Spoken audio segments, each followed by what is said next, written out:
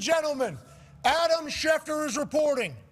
Myles Garrett has been traded to the Los Angeles Rams. Wow. Not just smoke. What? Holy. Oh my gosh. Jared Verse. Wow. Just a couple years into his career, as he was an emerging superstar for the Los Angeles Rams, he will go to the Cleveland Browns. Alongside a 2027 first-round pick and other draft pick compensation still being negotiated to the Browns. Los Angeles Rams, Les and McVay are not scared to make plays. I mean, this has been something that they've been a part of. They traded, obviously, for Matthew Stafford. They get him in here. They brought in Odell Beckham Jr. They bring in Devontae Adams. They're not scared to bring in stars and try to go ahead and win something and sell the appeal of Los Angeles. Verse was a young stud for that Los Angeles Rams team, and now they bring in the man who has the most sacks ever recorded in one NFL season. I love the move for the Rams. Obviously, the Browns have had to say publicly a couple of different times, we're not trading them. Mm-hmm. Now they have traded them, and it's June 1st, 2026. I assume this will be deemed a post-June 1 designation. Yeah, because that's when they reworked his contract. This was the day that it would, similar to A.J. Brown's situation, where this would be where they can do it and not destroy their cap and everything. So all the reporting around the redo of the deal was accurate. Yes. Whenever they redid the deal, everybody around the NFL, us included, were like, wow, that sounds like they're doing that to trade. That sounds like they're trying to trade Myles Garrett. Browns came out, not true. We're doing this, not true at all. That is not what we're doing. And then here we are, June 1, bang. We thought A.J. Brown would be the first one that we hear. Instead, Myles Garrett gone. D-Butt, your thoughts about the Rams? I mean, I'm gobsmacked. I'm gobsmacked. This is unbelievable. Now we have the reigning MVP and the reigning Defensive Player of the Year on the same team. So obviously they want to win. They want to win again. You got Stafford. You drafted your future with Ty Simpson. But, I mean, for them to make this move at this point, on both sides, for Andrew Berry to trade him away, you know, after what you did with Deshaun Watson, and that's still limited. This is an unbelievable move. Obviously, it's the Rams coming into the season. I don't know where they are in the DraftKings market as far as being favorites for the Super Bowl, but I would assume coming into the day, they were top 3 or 4. Now I would assume this will bump them up to 1. They were 1. They were 1 coming into. Yeah. Oh yeah. So yeah, this is an unbelievable trade. Great move by the Rams. Obviously, a great player in his prime. I know we've never seen this. The player of this caliber at this point in his career. Was Reggie a trader? White free agent. Going to Los Angeles, too, like that whole storyline in of itself. Mm-hmm. You know, like Myles Garrett, all-time leader in sacks in a season, heads over to Los Angeles. Matthew Stafford, who has like 4 different records, heads to Los Angeles. Yeah. It is like kind of storybook how this is all going to go. Do you immediately start shitting your pants if you're in the NFC for the Los Angeles Rams for this year? But what does this mean for the future, I wonder what Snead's saying? I mean, but in history would tell us that it doesn't even matter, because when they went all in a few years ago and won the Super Bowl, and we thought like, okay, then they're going to have to pay the piper at some point. No. We are here now where they would have been in the years where they paid the piper. I believe the Super Bowl is at SoFi this year, too, which is where they won their first Super Bowl. So it's almost as if they're starting this trend. Hey, every year that we have the Super Bowl in L.A., guess what? We're going to win it. Yeah, we're going to be there. Sorry, Chargers. You are not the team of L.A. We are, and that is going to be how it is forever. And granted, they now have Myles Garrett, who's going to be the stalwart of their team for the next 8 years. Also, let's not forget, they went and got Trent McDuffie and made him the highest paid corner in the league, too. So all in, like, it's unbelievable. And now on the other side, you realize if you're Cleveland, Myles has been unbelievable for you, but he has not won there with you. Now you have 2 first-round picks in what's supposed to be an incredible quarterback draft if this year's quarterbacks do not work out. So what are you saying? I think both sides won. Okay, but you're saying that the Browns quarterbacks currently aren't going to work out? No, that inevitably you think this was a good trade for the Browns. Wow, good for you saying that. Joining us now, ladies and gentlemen, senior NFL insider for ESPN, Adam Schefter. What up, Schefter? Hey, big news by Schefter. You knew it. All right, way to go, Schefter. Good work, senior. Hey, senior had to get back in there. Let the boys know. Hey, this is how you do it at the top of the food chain. Okay, so tell me about Myles Garrett, okay, going to Los Angeles. Whenever they redid his deal, however long ago that was, we all reacted the same way. That seems like they are trying to make it more tradable. They said no. Now we have it. Have teams known that Myles Garrett was tradable as soon as that deal was kind of redid? And how do we get here with the Rams, Shefty?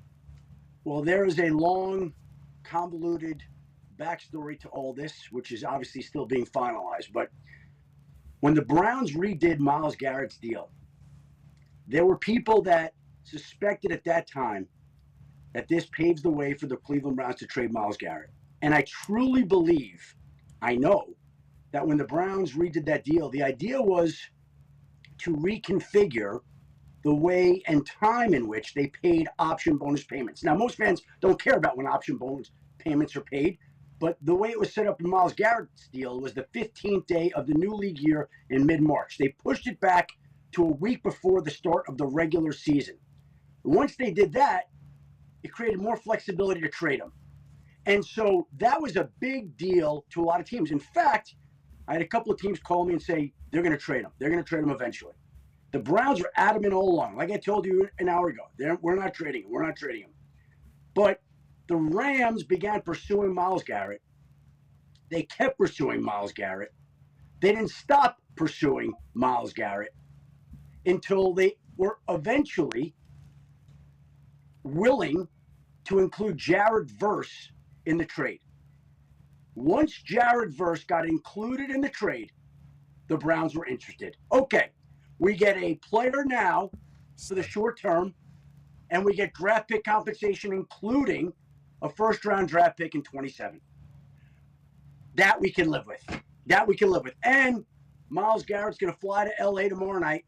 The Rams are doing what they do. If you remember, the year before, or the year that the Super Bowl was being played in SoFi, they traded for Matthew Stafford that year. And now, in the year that the Super Bowl is back at SoFi, they're trading for Myles Garrett. Yeah. How happy is Myles Garrett? His girlfriend's from Torrance, California. I can only imagine what he's feeling. Jared Verse from Dayton, Ohio, born in Dayton, Ohio. We'll see. You know what? He's got a lot of leverage when he becomes contract eligible. Versus Palm. Yeah, heartbreak versus Palm. Let's talk. Andrew Berry obviously had to get the deal to a place where he could sleep at night for giving up Myles Garrett. 30 years old. 30 years old right now, so we still got, what, at least 4 or 5 more years? Are they going to have to renegotiate his deal in L.A.? How do you see that working out when he gets there? I think it's going to be addressed. The deal's going to stay pretty much intact. They're going to adjust it, I believe. I expect that they'll adjust it. It's not going to be some huge raise or new deal. That's not going to happen, Pat. All right, we appreciate you, ladies and gentlemen. That's Adam Schefter. Yeah, Schefter. AJ, he's 30. We still got years ahead for Myles Garrett out there in Los Angeles. I love this move for the Rams. Now, granted, people are going to say draft capital and Jared Verse and player comp and everything like that. Andrew Berry is going to be judged off of all that type of stuff in the future. But for me, I enjoy when a team says, I think if we have this piece, we win a Super Bowl. What are your thoughts on Myles Garrett being that piece for the Rams? Yeah, I mean, he definitely can be that piece. Myles Garrett hasn't shown any signs of slowing down either. That's the thing. A lot of times when older vets, and you can't call them older at 30, but they have shown like signs of possibly slowing down a little bit. I don't see that coming from Myles Garrett. I haven't seen anything on tape that would show me that. So I think it's a gigantic trade for the Rams. I mean, you're right. Myles Garrett's got to be juiced. I hope Jared Verse is excited. Dayton, Ohio kid like myself. I hope he's pumped to go to the Browns. I think he's going to bring a lot of juice. I think he's going to help that team, and they might surprise some people this year. But yeah, what a blockbuster trade. And this is one of those that could honestly work out for both teams. It really could. It's unbelievable. Rams line goes from plus 800 to plus 650. Wow. Oh, holy that's a huge shit. move. 150 points for a pass rusher. When they're already that short. Like Yeah, if it was like plus 3,000 to plus 2,850 is one thing, but when it's 800 to 650, that's even bigger. Well, think about the D-line. That's Myles Garrett football, baby. Yeah. Think about how good the D-line was with Jared Verse. Like, that was the conversation last year. Hey, you need all those guys up there. You need the ones. They still have Fisk from Florida State, who they took in the first round. Young, I believe, is still there. Like, we talked about that as that's a big, big thing. And Jared Verse, as great as he is, like, Myles Garrett is still the best in the NFL. So you kind of swap those two out. I mean, that is unfair. If I'm in the NFC West or the NFC, I am bummed out. It's unbelievable. And no disrespect to Jared Verse, like, at all. Great young player. Has started damn near every game since he stepped into the league. Has been impactful. But for him to be the needle mover or the guy that gets this deal actually done, that's still shocking me. I would expect him and maybe still 2 or 3 first-round picks we're talking about. Because Myles Garrett can be in the conversation when he's done of being one of the greatest defensive players of all time. I know he didn't win, but when you look at his numbers and his like sack numbers and pressure and all this shit, like, he will be in that all-time conversation. So yes, Jared Verse is a very good young player. It shocked me, like what Schefter said, like, yeah, they redid the deal, but once Jared Verse got to the conversation, that really changed things. that's shocking to me. Yeah, they get a couple ones, or they have a couple ones now for the next upcoming draft. And there's some other draft compensation they said still being figured out. Yep. So maybe there will be another one or a two, maybe that gets tossed in there that we can, because they always have all the value stuff on everything. How do you value a guy who needs a championship? That's what Myles Garrett needs. And he knows that. He typed up that thing. It's not about getting to Canton. It's about winning championships or something. At one point, whenever there was like a leverage negotiation happening with the Browns, so he understands he'll be judged off the championships in which he has won whenever he's done. Now he has all the accolades. Can he go get a ring? Feels like the Rams might be the place to do it. Congrats to players' perspective. Congrats to Myles Garrett, man. Yeah. Jesus. This is exactly what Matthew Stafford needed. Cleveland to L.A. This is the exact situation that Matthew Stafford was in. Had all the accolades, had everything, just knew he was going to be judged by the championships. That's all anybody held over his head, even though he had like the most passing yards in a season, the most passing yards over 2 seasons, the most passing yards over 3 seasons. He played with a broken neck, a broken shoulder, broken ribs. He was considered a guy by all football people, but until he won championships, nobody would take him serious. So he gets traded to the Rams, wins the Super Bowl, and everybody's like, he's got better teeth, but also he's definitely certified first ballot Hall of Famer now. Myles Garrett's in the same exact situation. All the accolades, all the sacks, all the this, most in 5 years, most in 4 years, most in 1 year, most in this, just doesn't have a championship. Feels very similar. And he has an impact on a game that I don't think I've seen live in some time. He took over.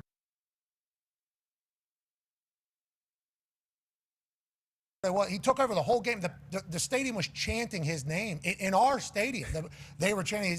The guy was everywhere. Sack, fumble, touchdown. Right in front of us. Yeah. And then he blocked. I mean, it was, holy shit, this thing. And now he's with the Rams. Congrats to all parties. All right, let's pivot away from that. Let's go to Stanley Cup Finals. Ladies and gentlemen, a man that was supposed to be joining us a long time ago, but a lot of news, huge news breaks, representing the NHL 18-year vet, fresh off a great golf trip, lad, from what I heard, where he played like ass. Oh, Ladies and